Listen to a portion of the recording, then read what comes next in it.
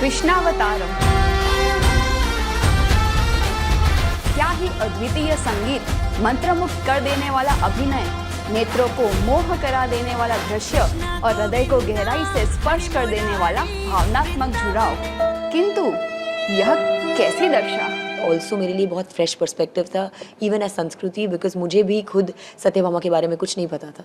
And that's a very sad thing also कि हमें बहुत सारी ऐसी कहानियाँ हमारे हिस्ट्री की जो हमें नहीं पता है। वो कृष्ण भगवान की पत्नी थे, वो भूदेवी का अवतार थे। उन्होंने और कृष्णा ने नरकासुर का वध किया था, जिसकी वजह से हम छोटी दिवाली मनाते हैं। चलचित्र और धारावाहिकों के निर्माताओं से प्रायः यही अपेक्षा रहती है कि कथानक से अत्यधिक परिश्रम करते हैं। Story line, direction, costume design, rehearsal, acting, VFX, background music, editing, promotion इत्यादि। किंतु यदि यही समर्पण शास्त्र आधारित कथानों की प्रामाणिक प्रस्तुति में भी लगाया जाए तो यह माध्यम केवल मनोरंजन तक सीमित न रहकर जनसामान्य, विशेषतः युवा पीढ़ी तक सत्य, ज्ञान, संस्कृति और जीवन दर्शन पहुंचाने का सशक्त साधन भी बन सकता है। It can be misleading for the new generation who doesn't know anything about Krishna's life. यह चलचित्र मैंने किसी प्रकार की हेट फैलाने के उद्देश्य से नहीं बनाया है। इनफैक्ट कृष्णावतारम देखकर मैं स्वयं भी अत्यंत भावुक हुई थी। प्रेम और श्रद्धा की दृष्टि से यह चलचित्र वास्तव में फुल मार्क्स प्राप्त करता है। किंतु जब इसे शास्त्रों के लेंस से देखा जाए तो अनेक ऐसे बिंदु सामने आते हैं जिन्होंने भीतर ही मुझे पीड़ा उत्पन्न कराई है। वही अनुभूति मैं आप सभी से इस तरह वीडियो के माध्यम से साझा करना चाहती हूँ। यदि यह विचार आपके हृदय को स्पर्श करे तो टिप्पणी में जय श्री कृष्णा अवश्य लिखें।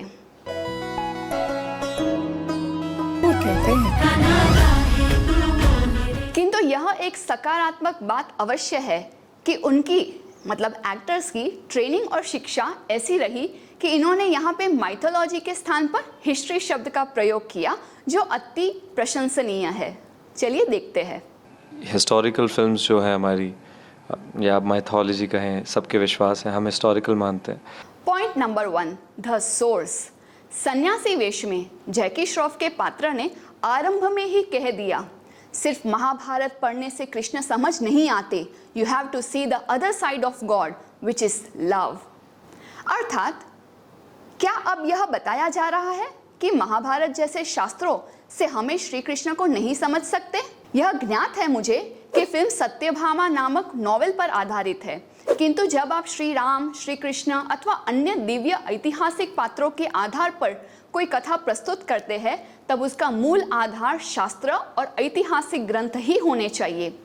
श्री राम, श्री कृष्ण तथा अन्य अवतार कोई मिथ नहीं, अपितु सत्य ऐतिहासिक घटनाओं से संबंधित दिव्य व्यक्तित्व है। उनका वर्णन हमें वाल्मीकि रामायण, महाभारत तथा श्रीमद् भागवत महापुराण में उसी प्रकार प्राप्त होता है जैसा इतिहास वास्तव में घटित हुआ था। Point number 2, the colour complexion. क्या इंडियन सिनेमा की ऑडियंस आज भी मेन लीड के रूप में श्री कृष्ण के वास्तविक वर्ण को स्वीकार नहीं कर सकते? कृष्ण शब्द का अर्थ ही नवमेघ के समान नील वर्ण, श्याम वर्ण होता है। फिर उन्हें क्यों गौर वर्ण में प्रस्तुत किया गया है? व्युत्पत्ति के अनुसार कर्षति इति कृष्णः, अर्थात जो अपने सौंदर्य, प्रेम और माधुर्य से सबके मन को अपनी ओर आकर्षित कर ले, वही कृष्ण है। किंतु यहाँ स्थिति ऐसी दिखाई गई है कि राधा को श्याम वर्ण और कृष्ण को गौर वर्ण रूप में प्रस्तुत किया गया है। क्या यह उचित है? Point number 3, the age. जब भी मैं राधा कृष्ण के मंदिर में जाती, उनके जैसा प्रेम हमारे जीवन में हो ऐसी प्रार्थना करती। बड़े पर्दे पर राधा कृष्ण का इस प्रकार का चित्रण देखकर बहुत आश्चर्य हुआ कि अरे यह क्या दिखा दिया इन्होंने। वृंदावन के लीला के समय कृष्ण जी 10-11 वर्ष के थे और माखन चोरी आदि लीलाएं तब किया करते थे। आप चलचित्र में बाल अवस्था के डिवाइन इनोसेंस लव को क्यों शरारत वाली लव, रोमांस और रिलेशनशिप की दृष्टि से दिखा रहे हैं? क्या आपको चाइल्ड एक्टर को रोल देते हुए ठीक नहीं लगा था? Point number 4, Rukmini ji. रुक्मिणी और श्री कृष्ण के प्रसंग बहुत अच्छे से बताए गए हैं। पूछने पर कि कन्या का हरण करने में तुम्हारे और नरकासुर में क्या अंतर रह गया, सुंदर उत्तर देते हुए श्री कृष्ण कहते हैं, रुक्मिणी का हरण किया, लेकिन उनकी अनुमति से। विवाह किया उनके अनुरोध से। उनको बंदी बनाकर नहीं, बल्कि खुद उनके प्रेम में बंदी बनकर। जी, वास्तव में केवल ऐसा नहीं है कि रुक्मिणी जी का पत्र आया और कृष्ण जी उनका हरण करने चले गए। वस्तुतः वह भी उनका अपना हृदय दे बैठे थे। विदर्भ कन्या रुक्मिणी का संदेश सुनकर हंसकर अपने हाथ से ब्राह्मण के हाथ ताली बजाकर बोले, मेरा भी चित्त रुक्मिणी में स्थित है। रात को मैं सो नहीं पाता। मैं जानता हूँ रुक्मी के द्वेष के कारण ही हमारा विवाह रोक दिया है। So it is a two way, Lakshmi और नारायण का मिलन। पॉइंट नंबर 5, जामवती और सत्यभामा। अब बात करते हैं सत्यभामा की। फिल्म में दर्शाई गई सत्यभामा और कृष्ण के बीच रथ प्रतियोगिता वह काल्पनिक फिक्शनल है। और तो और न सुभद्रा सत्यभामा की सखी है, न कोई प्रेम पत्र आदि का वर्णन कहीं प्राप्त होता है। सबसे बड़ी काल्पनिक कथा तो इन्होंने यह बता दी कैसे भामा सत्यभामा बनी। सत्य बड़ाया संबंध अपने ही पिता के विरोध में खड़ी और सत्य ऐसे कृष्ण पर झूठा आरोप हटा करके वह भामा से सत्यभामा बनी, ऐसा फिल्म में दिखाया गया है। चलिए भागवत में एक नजर डालते हैं। लोक अपवाद से बचने के लिए उनके पिता सत्राजित ने उन्हें अपनी प्रिय पुत्री सत्यभामा और मणि दोनों कृष्ण को समर्पित किया था, लेकिन कृष्ण ने मणि को स्वीकार नहीं किया और सत्यभामा के साथ विवाह किया। श्री कृष्ण पर लगे मणि चोरी के असत्य आरोप को दूर करने के लिए स्वयं जामवंत के पास गए और उनके साथ 28 दिनों तक लगातार युद्ध किया।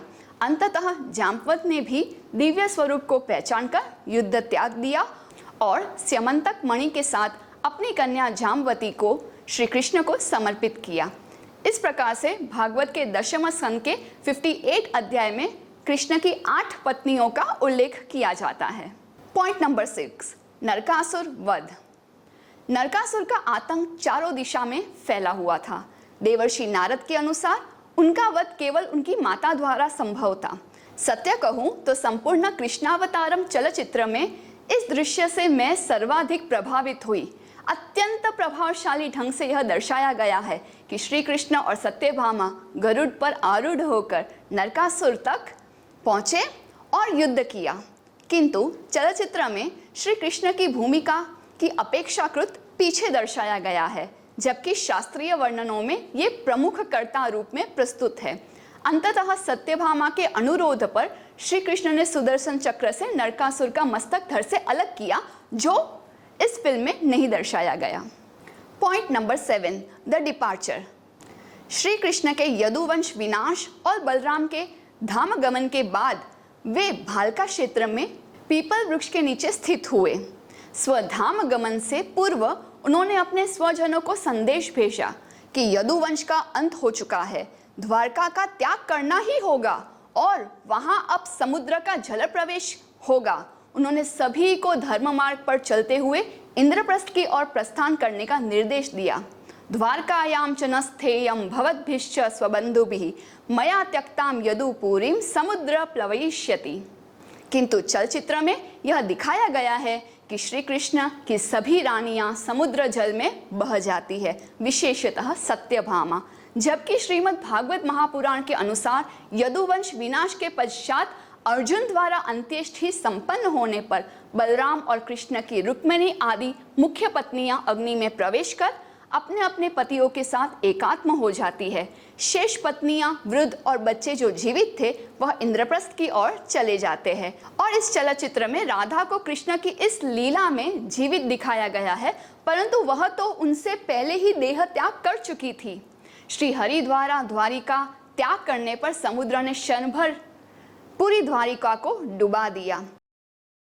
अंततः गत्वा प्रश्न यही है, क्या हम शास्त्रों को आधार बना करके कथा प्रस्तुत कर रहे हैं या केवल सिनेमैटिक इमेजिनेशन को ही अंतिम सत्य मान रहे हैं?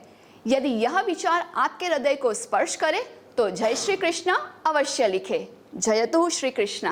If you found this video helpful, contributions are open and welcome to the UPI number given in the description box. You can also contact WhatsApp number 8511 499 555. It's completely optional and your contributions will help us to create more free videos for all of you. धन्यवादः।